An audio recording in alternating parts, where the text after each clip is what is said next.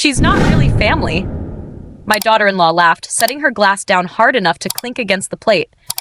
I didn't answer. I didn't argue. I slowly placed my fork beside my dinner plate and folded my hands in my lap. My son kept his eyes on his food, as if the pattern on the tablecloth suddenly required his full attention. No one corrected her. No one said my name. I stood up quietly and walked out of the dining room. I'm glad you're here. Stay with me until the end, and if you feel moved, leave a comment with the city you're listening from. I never imagined my story would travel this far. The dinner table had been set the way I always set it.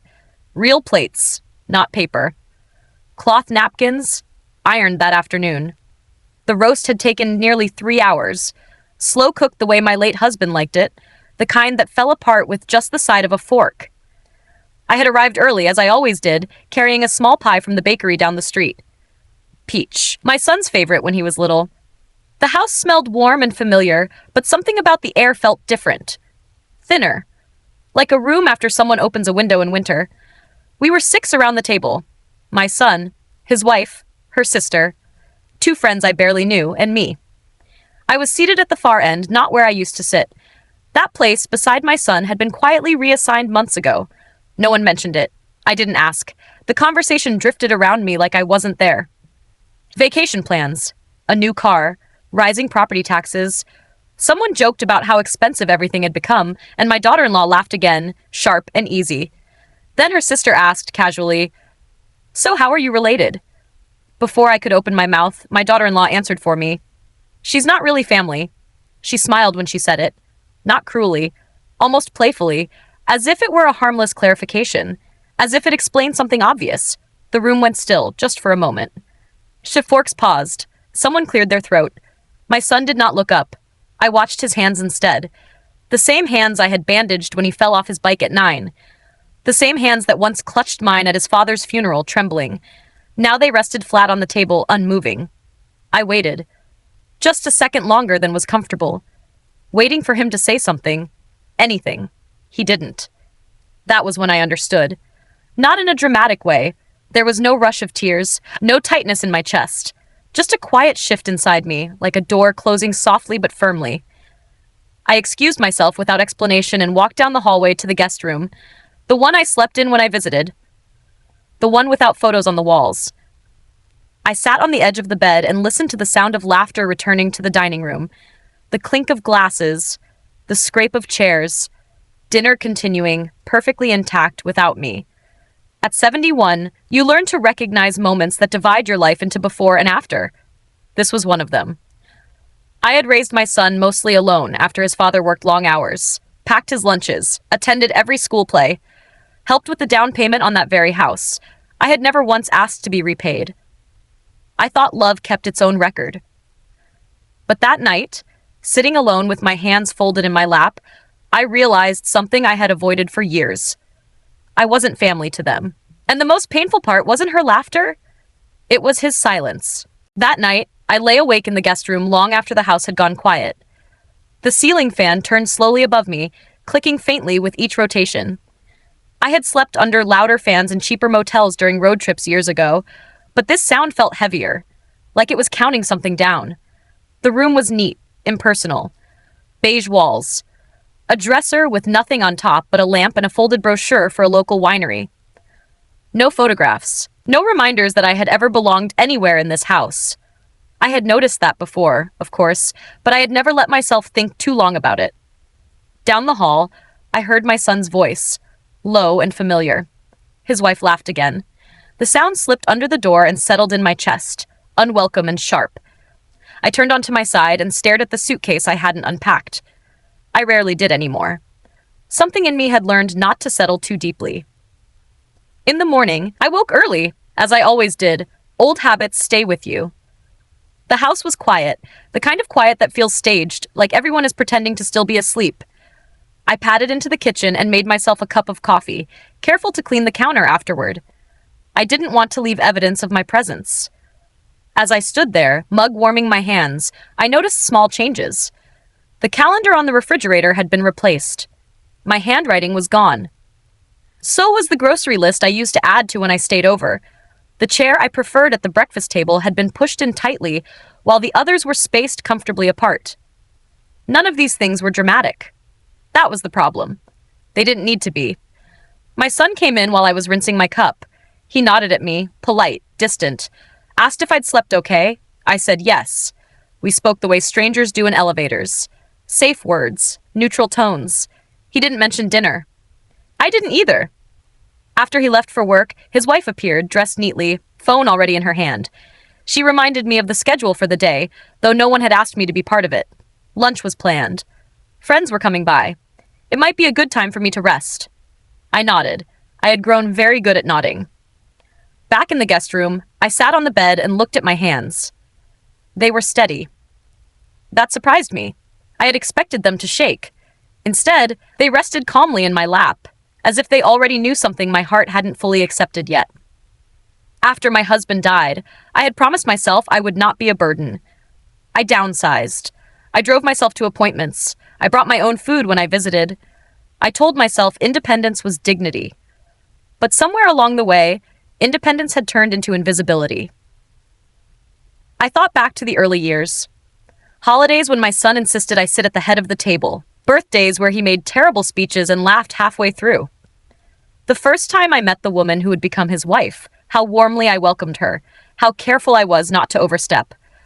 I had believed that effort mattered. By mid-afternoon, the house filled with voices. Laughter drifted down the hallway again, just like the night before. I stayed where I was. No one came to get me. No one asked if I wanted to join. That, more than anything, confirmed what had already been said aloud at the dinner table. She's not really family. It wasn't a joke. It wasn't a slip. It was a summary. I packed my suitcase slowly, folding each item with care. Not because I was emotional, but because I wanted to remember the feeling of choosing my own movements. When I zipped it closed, the sound was final, clean. I sat back down on the bed afterward and took a long breath. I wasn't angry. Not yet. But something essential had shifted. For the first time, I stopped asking myself what I had done wrong, and I began to ask a different question entirely. What did I owe people who had already decided I didn't belong? The third day passed without anyone asking when I planned to leave. That silence told me more than any argument could have. I moved through the house carefully, like a guest overstaying her welcome, making sure I stayed out of the way. Late that afternoon, I overheard a conversation that finally put words to what I had been feeling for years. I was in the hallway near the laundry room, sorting through my purse, when I heard my daughter-in-law speaking in the living room. Her voice was low, casual, comfortable. "She doesn't need to stay long," she said. "It's confusing for people when she's around so much." Someone asked who she meant. She didn't hesitate. His mother. There was no anger in her tone, no bitterness, just certainty. As if she were explaining an obvious fact. "She gets emotional," she continued, "and honestly, this is our home now." I stood very still. I didn't step away. I didn't interrupt. I listened, the way you listen when you already know the truth but need to hear it said out loud. My son replied after a pause. His voice was quieter, less confident. "Yeah, I know." That was all he said. No defense, no explanation, just agreement. Something inside me settled then. Not shattered, settled. Like dust after a long fall. I walked back to the guest room and closed the door gently. I sat on the edge of the bed and thought about all the small moments I had dismissed over the years. The holidays where plans were made without telling me. The family photos where I was asked to step aside to take the picture instead of being in it. The way conversations stopped when I entered the room. I had told myself I was being sensitive, that this was just how families changed over time. Now I understood. This wasn't change. It was removal. I thought about the money I had quietly given when they were starting out. The afternoons I had spent watching their children so they could rest. The weekends I had driven hours just to bring homemade food, only to leave before dinner because it was getting late. I had confused usefulness with belonging. That evening, I went downstairs to get a glass of water. The living room was full again. People sat comfortably on the couches. My daughter-in-law glanced up when she saw me, then looked back at her phone. No one moved. No one made space. I didn't ask for a seat. I poured my water, drank it slowly, and returned to my room. My suitcase stood by the door, already packed. I zipped the outer pocket and placed my keys inside my purse. At 71, you stop waiting for permission to leave places where you are tolerated but not wanted. The next morning, I woke before dawn. I dressed quietly and left the room exactly as I found it. I placed the key on the dresser, where it would be seen but not discussed. Before walking out, I stood in the hallway for a moment. The house was silent. This was the home where I had once been welcomed, where I believed I had a place. Not anymore. I opened the door and stepped outside into the cool morning air. The sky was just beginning to lighten. As I walked toward my car, I felt something unexpected. Relief. They had decided I wasn't family. Now I could finally decide what that meant for me. After I left their house, I drove for nearly 2 hours before realizing I hadn't turned on the radio. The road stretched ahead of me, familiar and unfamiliar at the same time. I had taken this highway countless times to visit my son, always with a sense of purpose. This time, there was none. When I arrived home, the house greeted me with silence, not the uncomfortable kind. The honest kind. I set my suitcase by the door and stood there for a moment, listening. No laughter behind closed doors. No footsteps overhead. Just my own breathing. I unpacked slowly, placing each item back where it belonged. My kitchen was exactly the way I had left it. The chair at the table was pulled out slightly, as if waiting for me. I made myself a simple dinner and ate it standing at the counter, not because I had to, but because I could. That night, my son didn't call. He didn't call the next day either. On the third day, my phone lit up with a message, not from him, from his wife. "Hope you got home safely," it read. "Things have been busy here." There was no question mark, no invitation to respond. I stared at the screen until it went dark again. I thought about replying. I didn't. Instead, I went through my paperwork. It was something I had been meaning to do for a while. Bank statements, insurance documents, a folder labeled estate, untouched since my husband passed. I sat at the table and opened it. As I read through the pages, I realized how many decisions I had postponed, assuming there would always be time. Assuming my role in my son's life was secure enough to wait. That assumption had been wrong. Later that afternoon, my son finally called. His voice sounded strained, as if the conversation were already an inconvenience. "Mom," he said, "you left kind of suddenly." I waited. He didn't continue. "I didn't feel well," I replied. It wasn't a lie, just not the whole truth. There was a pause. Then, "Well, you know how things are. We didn't mean anything by it." I looked out the window at my small backyard. The fence needed fixing. The tree my husband planted leaned slightly to one side. "I understand," I said. That seemed to relieve him. He spoke a bit faster after that, talking about work, about how busy they were, about plans that didn't include me. When he finally hung up, I placed the phone face down on the table. Understanding, I realized, had always been expected of me. Respect had not. Over the next week, I noticed the absence more than the presence. No updates. No photos. No calls asking for advice or help. The space where I used to exist in their daily lives closed quietly. And in that quiet, something else began to grow. Clarity. I had spent years adjusting myself to fit into their lives, trimming my needs, softening my opinions, waiting to be invited. I had believed patience was the same as love. Now, sitting alone at my kitchen table, I understood the difference. They had drawn a line when they said I wasn't really family. They just hadn't expected me to notice. I folded the estate papers neatly and placed them back into the folder. Then I slid the folder into a drawer and locked it. Not out of anger, out of resolve. If I wasn't family to them, then my life would no longer be organized around their comfort. That was the day I stopped rearranging myself to belong. In the weeks that followed, my life settled into a quieter rhythm. Not empty, just quieter. I woke early, tended to my small routines, and went to bed without waiting for my phone to light up. At first, this still felt unfamiliar, like wearing a coat that didn't quite fit.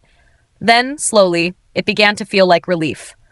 I stopped checking social media. The photos were there, of course, group dinners, weekend trips, smiling faces framed just right. I was never in them. I hadn't been for a long time. Seeing that now no longer surprised me. One afternoon, a neighbor knocked on my door. She asked if I could watch her grandchildren for an hour while she ran an errand. I almost said yes out of habit. Then I paused. "I'm sorry," I said gently. "Not today." She smiled, understanding, and left. The world didn't collapse. No one was upset. That moment stayed with me longer than it should have. I realized how often I had said yes simply because I was expected to. A few days later, my son called again. This time, his voice was warmer. He asked how I was doing. I told him the truth. I was fine. He hesitated, then mentioned how busy things had been with the kids, how childcare costs were rising, how hard it was to find reliable help. I listened quietly. He waited. I didn't offer anything. There was a brief, awkward silence before he changed the subject. When we hung up, I sat very still, my phone resting in my hand. For the first time, I understood how much of our relationship had been built on what I provided, not who I was. That realization didn't make me angry. It made me careful. I began to review my finances more closely. I canceled a few automatic transfers I had set up years ago, meant to help just in case. I updated my emergency contacts. I scheduled a long overdue doctor's appointment and arranged transportation without asking anyone for help. Each small decision felt like reclaiming something I hadn't realized I'd given away.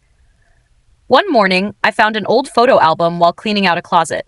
Inside were pictures of my son as a child, his crooked smile, his missing front teeth, my arm always around his shoulders. I sat on the floor and turned the pages slowly. I didn't regret loving him. I never would.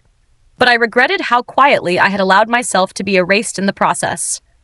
Later that week, my daughter-in-law sent another message. This one was shorter. We might need help next month. I'll let you know. I read it once. Then I deleted it. No reply. No explanation. That night, I slept deeply. No ceiling fan ticking. No laughter behind closed doors. Just the steady, familiar sounds of my own home. I had spent years believing that family was something you endured, something you worked harder for when it became painful. That love meant staying, even when you were shrinking. Now I understood something different. Family was also a choice, and I was finally choosing myself. They had said I wasn't really family. I was beginning to see that they were right in one important way. I no longer belonged to a place where my presence was optional, my silence convenient, and my worth measured by what I gave. For the first time in a long while, I felt steady. Not because things had improved, but because I had stopped asking to be included. It happened on a Tuesday morning, the kind that arrives without warning and changes more than it should. I was at the grocery store, standing in the checkout line, when I heard my name spoken carefully behind me. I turned and saw a woman I recognized but hadn't spoken to much before. She lived 2 houses down from my son. We had waved at each other for years. "Are you okay?" she asked. The question caught me off guard. People rarely asked me that anymore. They usually assumed, "I'm fine," I said automatically. She didn't look convinced. "I hope this isn't awkward," she continued, lowering her voice, "but I wanted to say something the last time you visited. I just didn't know how." I waited. She shifted her purse on her shoulder. "You didn't do anything wrong." Those words landed harder than anything else had in weeks. "I see how they talk to you," she said, "and how they don't." I didn't respond. I focused on the conveyor belt moving my groceries forward. Milk, bread, apples, ordinary things. "I lost my mother a few years ago," she went on. "If she had been around, I would have wanted her treated better than that." The cashier called for the next customer, but neither of us moved. "They don't realize what they're doing," she added. "Or maybe they do." I nodded once. That was all I could manage. When I got home, I sat in my car for a long moment before going inside. No one had defended me at the dinner table. No one had followed me down the hallway, but a stranger had seen enough to speak. That mattered. Later that week, my sister-in-law called. We spoke only a few times a year. Birthdays, holidays, short conversations that stayed on the surface. "I heard you left early last time," she said. "Yes," I replied. She hesitated. "I'm going to say this plainly, because no one else will. You're being pushed out." There it was. No softening, no pretending. "They talk about you like you're a guest who overstayed," she continued. "And it's not right." I thanked her and changed the subject. Not because I disagreed, but because I didn't need more confirmation. After the call, I made myself tea and sat by the window. I watched a car pull into my neighbor's driveway. A mother stepped out, arms full of bags, children trailing behind her. One of them ran back to hold her hand. I wondered how long it took before that stopped. Over the next few days, I noticed something else. Without my presence, things didn't run as smoothly for them. Appointments were missed. Childcare fell through. My son called once, frustrated, asking if I had an old phone number for a sitter I used to recommend. I told him I didn't remember. That was true. I wasn't being cruel. I simply wasn't rushing to fix problems that were no longer mine. At 71, you become aware of how many roles you filled without realizing they were temporary. Caregiver, helper, buffer, translator of emotions. I had played them all, quietly, without applause. Now those roles had been reassigned without discussion. One afternoon, I received a message from my daughter-in-law's sister. We had never spoken directly before. "I hope you don't mind me saying this," it read, "but I always thought you deserved more respect." I stared at the screen for a long time. That made 3 people. 3 separate voices. No coordination. No agenda. Just truth. That was when I understood something important. What had happened wasn't a misunderstanding. It wasn't a single careless comment at dinner. It was a pattern others could see clearly once I stepped out of it. And if strangers could recognize my absence, then my presence had mattered more than I had been allowed to believe. That night, I took out a notebook and wrote down a short list. Not of grievances. Of boundaries. What I would no longer offer freely. What I would no longer explain. What I would no longer accept in silence. I closed the notebook and placed it in the drawer beside my bed. For years I had waited for my family to acknowledge my worth. Now others already had, and that was enough to change everything. After that week, I stopped reaching out. Not as a punishment, not as a test. I simply stopped filling the silence first. Days passed, then more. My phone stayed quiet except for spam calls and appointment reminders. No messages asking how I was, no casual updates. I noticed how easy it was for my absence to go unremarked. That told me everything I needed to know. I began to change small things in my life, the kind no one else would notice. I adjusted my schedule so my days felt fuller. Morning walks became longer. I joined a local book group that met on Thursdays. I sat in the back at first, listening more than speaking, until one woman leaned over and asked what I thought. I told her. She smiled and nodded as if my voice belonged there. At home, I reorganized my kitchen. I moved items I used most often to the front. I donated dishes I had been saving for when everyone comes over. They hadn't been used in years.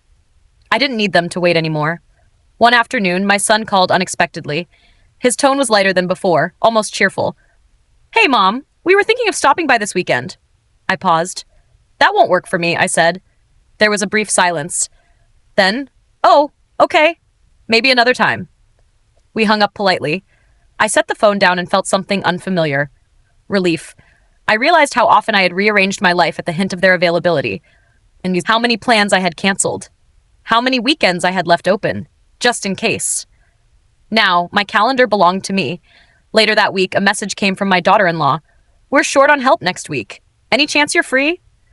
I read it once. Then I placed the phone face down on the table and went back to my book. I didn't feel guilty. I didn't feel triumphant either. I felt steady. At 71, steadiness is underrated. I thought back to the dinner table, the laughter. The sentence that had drawn a line so cleanly I hadn't even noticed it until it was too late. "She's not really family." I had spent years trying to earn my place after that, without knowing it. Trying to be useful enough, agreeable enough, quiet enough. Now I wasn't trying at all, and the world hadn't ended. In fact, it had grown calmer. The next time I saw them was by accident, at the pharmacy. My son smiled, surprised. His wife nodded politely. We exchanged a few sentences about the weather, about nothing at all. No apologies, no explanations. I didn't offer any either. As I walked away, I noticed something else. I didn't feel smaller. I didn't replay the conversation in my head. I didn't wonder what I should have said. I felt finished. That night, I sat at my table and wrote another list. This one was shorter. What I would give my time to. Who I would answer quickly. Where I would show up fully. My family didn't appear on it. That wasn't bitterness. It was honesty. For the first time in a long while, I wasn't waiting for someone else to define my role. I wasn't bracing myself for the next slight or silence. I had stepped out of a pattern that had relied on me staying quiet. And without me there to absorb the discomfort, the pattern began to unravel on its own. I didn't need to announce my boundaries. They were already being felt. That was when I knew the shift was real. Not because they noticed, but because I did. The shift became visible when the paperwork arrived. It came in a plain envelope, forwarded from my old address by habit. Inside was a notice from the county about a property tax update. At first, I didn't think much of it. Then I noticed the address listed beneath my name. It wasn't mine. It was theirs. I sat at my table and read the page again, slower this time. The numbers were clear. The property description matched the house I had helped them purchase years ago. The house I had contributed to quietly, without contracts or promises, trusting that family didn't need those things. My name was nowhere on it. I remembered the conversation from years back.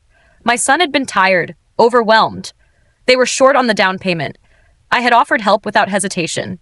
He had squeezed my hand and said, "We'll make sure you're always taken care of." I had believed him.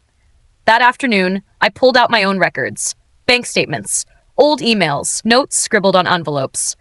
I didn't need to calculate everything to know the truth. I had given more than I had ever acknowledged to myself, and I had nothing in writing to show for it. The realization wasn't dramatic. There was no surge of anger, just a steady, sinking understanding. I had been generous in a system that rewarded silence and forgot sacrifice. A few days later, I received a call from my financial advisor. We hadn't spoken in some time. He asked if anything had changed recently. I told him yes. "I think it's time to review everything," I said. He agreed. We went through my accounts line by line. He pointed out where my money was tied up, where it wasn't protected, where assumptions had replaced plans. I listened carefully. I asked questions I should have asked years ago.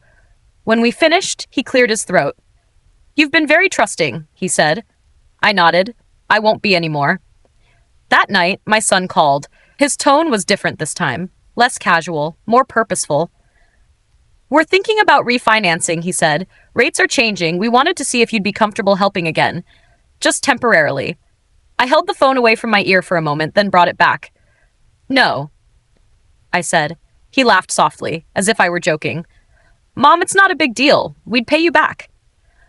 I pictured the empty space where my name should have been, the dinner table, the laughter. "I'm not able to do that," I repeated. There was a pause. Then his voice cooled. "Okay," he said. "I just thought I'd ask." After we hung up, I sat very still. My hands didn't shake. My heart didn't race. I felt something settle into place, like a decision that had been waiting for the right moment. I reviewed my will that week. I updated beneficiaries. I removed vague language. I added clear instructions. Not out of spite, out of clarity. I wasn't punishing anyone. I was protecting myself. At 71, you don't have time to pretend misunderstandings will resolve themselves. You plan for what is, not what you wish had been. I thought again of that sentence at the dinner table, how easily it had been said, how casually my place had been dismissed. She's not really family. They had drawn that line emotionally long before I ever saw it legally. Now, the boundaries matched. When the next message came asking for help, I didn't feel torn. I felt prepared. I had spent decades believing love meant giving until it hurt. Now I understood something else.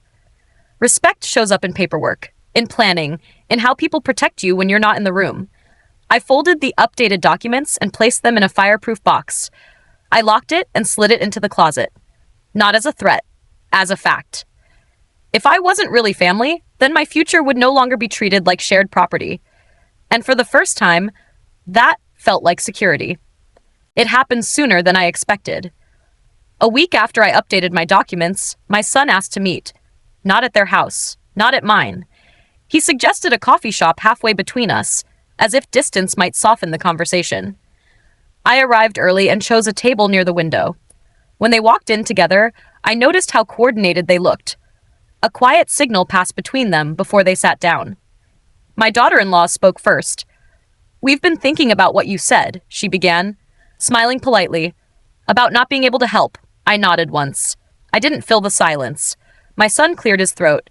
"Mom, we just want to understand where you're coming from." I looked at him. Really looked. His face held concern, but it didn't reach his eyes. "Do you?" I asked. They exchanged a glance. "You seemed hurt after that dinner," my daughter-in-law said.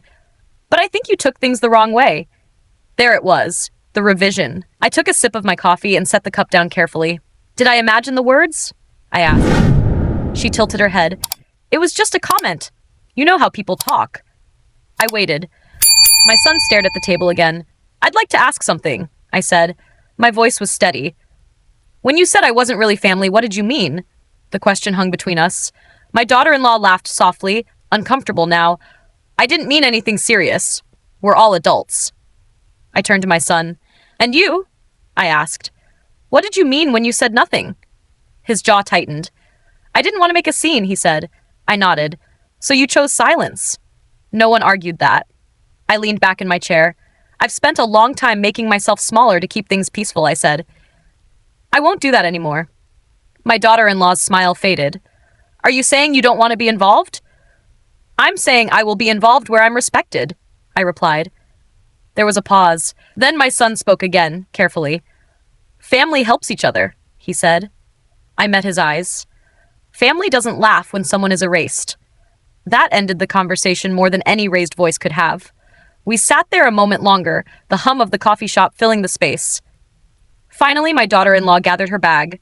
Well, she said, standing, I hope we can move past this. I remained seated. We already have, I said. They left together. I watched them through the window as they crossed the street, close, unified. I didn't follow. When I got home, I felt lighter. Not victorious. Lighter. As if I had finally spoken a language I'd been fluent in all along but too afraid to use. That night, my phone stayed quiet. No apologies came. No clarifications, no promises. That was fine. I had asked my question. I had heard the answer, and for the first time, I wasn't waiting for them to change. I had already changed myself. After that meeting, I didn't announce any changes. I didn't send messages explaining my position. I simply lived differently. The first test came sooner than expected. My phone rang on a Friday afternoon. My son's name appeared on the screen. I let it ring twice before answering. Mom, he said, sounding rushed. We're in a bit of a bind. I listened. The kid's sitter canceled last minute. We have an event tonight. Just a couple of hours. There it was. Casual. Assumed. I won't be able to, I said. He paused. Are you busy? Yes. That was all. Another pause, longer this time. Okay, he said finally. We'll figure something out. When the call ended, I sat still for a moment. Not to reconsider. To notice. I didn't feel guilty. I didn't feel the urge to explain myself. I felt calm. That weekend, I attended a small gathering with my book group. We sat in someone's backyard, folding chairs arranged in a loose circle. Conversation drifted from books to travel to grandchildren. When it was my turn to speak, I talked about my garden, about how I was thinking of replanting the back corner. No one interrupted. No one laughed at the wrong moment. I felt seen without effort. On Monday, another message arrived, this time from my daughter-in-law. We're overwhelmed. Any chance you could take the kids next week? I read it once, then I typed a short reply. I'm not available. I didn't add anything else. The response came quickly. Oh, okay. That was it. The world didn't crack open. No dramatic confrontation followed. Just a quiet adjustment on their end. They stopped asking so often. The requests became less frequent, more tentative. I noticed something else too. When we did speak, the tone had changed. More careful, less entitled. Distance has a way of teaching people where the lines are. One afternoon, I received a call from my grandson. He asked how I was, just that. His voice was warm, unguarded. I'm doing well, I told him. I miss you, he said. So do I replied. That conversation stayed with me. It reminded me why boundaries mattered. Not to punish, but to preserve what was genuine. I began spending more time on myself. I took a short trip alone, something I hadn't done in years. I walked along a quiet boardwalk, watched the water shift colors as the sun moved. No schedule, no obligation. At night, I slept deeply. Weeks passed, then months. When I thought back to the dinner table, the laughter no longer echoed sharply in my mind. It felt distant, like a story that belonged to someone else. I had stopped trying to be included. And in doing so, I had reclaimed something important. Choice. At 71, you understand that time isn't something to bargain with. You decide where it goes, or others will decide for you. They had chosen to see me as optional. I had chosen to stop volunteering. There was no announcement. No final conversation, just a steady withdrawal of effort. And in that space, I felt stronger. Not louder, stronger. I didn't need to be invited anymore to know where I stood. I already knew. The consequences arrived quietly, the way most truths do. One afternoon, my phone rang again. This time, my son sounded tired. Not rushed, not defensive, just tired. "We're having a hard time," he said. "Things haven't been easy since you stepped back." I listened without interrupting. "The kids miss you," he continued. "And honestly, we could really use your help right now." There it was again, framed differently, softer, but the meaning hadn't changed. "I understand," I said. He waited. "I'm not available," I added. The silence on the line stretched longer than before. When he finally spoke, his voice carried a note I hadn't heard in years. Disbelief. "So that's it?" he asked. "You're just done?" I looked out the window at my backyard, at the tree my husband planted so long ago. It had grown crooked, but strong. "No," I said calmly. "I'm not done. I'm just not invisible anymore." He didn't respond. We ended the call politely, but something had shifted. After that, the messages slowed almost to nothing. When they did come, they were short, careful, as if every word were being weighed. I heard through others that things were harder for them now. Schedules clashed, babysitters canceled, expenses added up. They complained quietly, never directly to me. No one asked why I wasn't stepping in. They already knew. One weekend, I ran into my daughter-in-law at the grocery store. She looked surprised to see me. Older, somehow. Tired. "Hi," she said. "Hello?" I replied. She hesitated, then said, "The kids ask about you." I nodded. "I think about them too." She seemed to wait for more. An offer. A suggestion. I gave none. "Well," she said finally, adjusting her bag, "things have been different." "Yes," I said, "they have." That was the end of it. As I walked away, I felt no urge to turn back, no desire to fix what wasn't mine to repair. At home, my days were full in ways they hadn't been before. Not busy. Full. I cooked meals I liked. I spent afternoons reading. I volunteered occasionally on my terms. I noticed how my body felt lighter without the constant tension of being useful enough. Months passed. Holidays came and went. I received a card. No invitation. Just a card. I placed it on the shelf and moved on. What surprised me most was not how much they struggled without me. It was how little I struggled without them. I had feared loneliness. Instead, I found peace. At 71, you learn that love doesn't mean enduring disrespect in silence. It doesn't mean shrinking to fit into spaces where you are barely tolerated. Sometimes, love means stepping back and letting people feel the weight of what they dismissed. They had said I wasn't really family, and in choosing to live as if that were true, I had discovered something unexpected. I was stronger than the role they assigned me. I didn't need their acknowledgement to know my worth. Their lives continued, complicated and loud. Mine continued too, calmer, clearer, and finally, my own. The last time I thought about that dinner table was on a quiet Sunday morning. Sunlight came through my kitchen window, soft and steady. I was standing at the sink, rinsing a cup when the memory surfaced. The laughter. The sentence. The silence that followed. It no longer felt sharp, it felt complete. "She's not really family." For a long time, those words had followed me like a shadow. I had replayed them, questioned them, carried them into rooms where they didn't belong. Now, they sat where they always should have, behind me.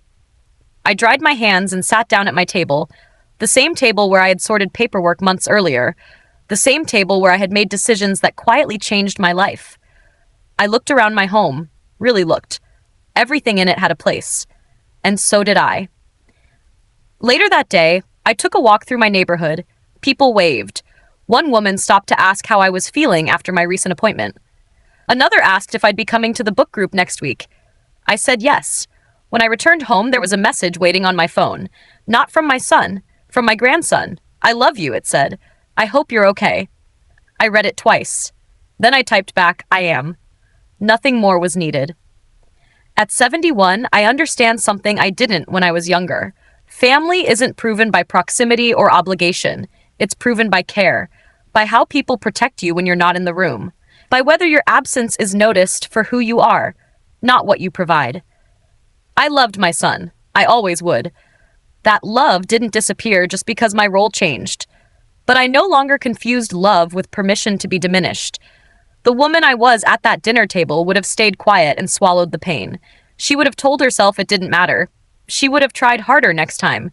The woman I am now stands differently, not angrily, not loudly, just firmly. I never confronted them again. I didn't need to. Life took care of the lesson on its own. Without my constant presence smoothing things over, they learned what my absence felt like. And I learned something too. Peace is not something you wait to be given. You choose it.